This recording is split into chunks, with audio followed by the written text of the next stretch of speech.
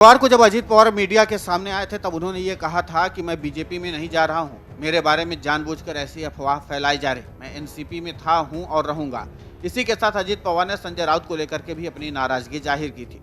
उन्होंने कहा था कि कुछ लोग एनसीपी और एमवीए का प्रवक्ता बनने की कोशिश कर रहे हैं, बेहतर होगा कि वो सिर्फ अपना काम करें। पवार ने यह भी कहा था कि वो इस बात को एमवीए की मीटिंग में भी उठाएंगे। बुधवार को जब संजय राउत से इस बारे में सवाल पूछा गया तो उन्होंने कहा, मैं हमेशा सच बोलता हूँ और बोलता रहूंगा, मैं किसी के बाप से डरता नहीं हूँ, मैं सिर्फ शरद पवार की सुनता हूँ।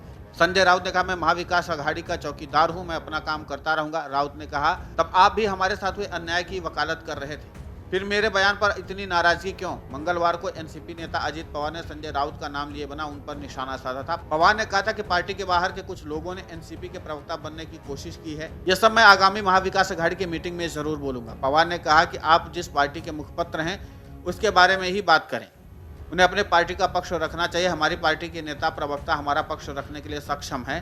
संजय राउत ने कहा कि महाराष्ट्र में महाविकास अघाड़ी 2024 का विधानसभा चुनाव एकजुट होकर के 180 से 185 सीटें जीतने के लिए लड़ेगी और 48 लोकसभा सीटों में से एमबीए गठबंधन 40 सीट जीतेगा। ये पूछे जाने पर कि विपक्ष का प्रधानमंत्री का चेहरा कौन होगा, उन्होंने कहा यह कोई भी हो सकता है, लेकिन देश 2024 में केंद्र में सत्ता परिवर्तन देखेगा, इसमें कोई संदेह नहीं है।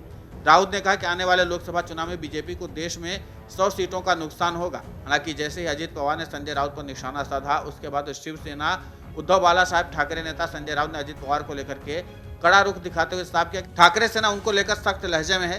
संजय राउत बोले, मैंने सामना में सच्चाई लिखी, जिस कारण एनसीपी में बीजेपी का ऑपरेशन लोटस फेल हो गया है। उन्होंने कहा, मेरी लिखी सच्चाई अजीत पवार को चुभ क्यों रही है? संजय राउत ने मीडिया से बातचीत में कहा, आज एनसीपी के कई नेताओं पर केंद्रीय जांच एजेंसियों का दबाव है और बीजेपी इसी दबाव के चलते एनसीपी को तोड़ने में जुटी हुई है। जब शिवसेना टूटी थी तो अजीत पवार और उनकी पार्टी ने खूब वकालत की थी। अब जब मैं कह रहा हूं तो अजीत पवार को बुरा क्यों लग रहा है? मैं एमवीए का चौकीदार हूं और ये मेरी जिम्मेदारी कि इसमें शामिल सभी पार्टियां एक साथ रहें। शिवसेना उद्धव बाला साहब ठाकरे नेता संजय राउत ने तल्ख अंदाज में कहा, मैं सामना में लिखता रहूंगा, मैं किसी के बाप से नहीं डरता। दरअसल अजीत पवार के बीजेपी के साथ जाने के अटकलों के बीच शिवसेना उद्धव गुट के मुखपत्र सामना संपादकीय में संजय राउत ने अजीत पवार पर टिप्पणी की थी। सामना अखबार के एक कॉलम में लिखा था, अजीत पवार समेत एनसीपी नेताओं को ईडी की जांच और जेल जाने का डर बीजेपी दिखा रही है।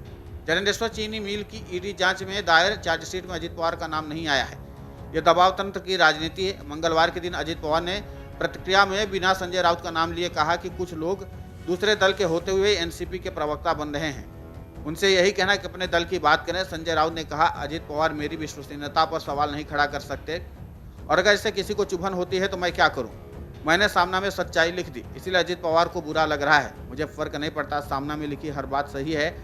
अगर मैं नहीं लिखता तो बीजेपी का ऑपरेशन लोटस सफल हो गया होता। वीडियो डेस्क अमर उजाला.com।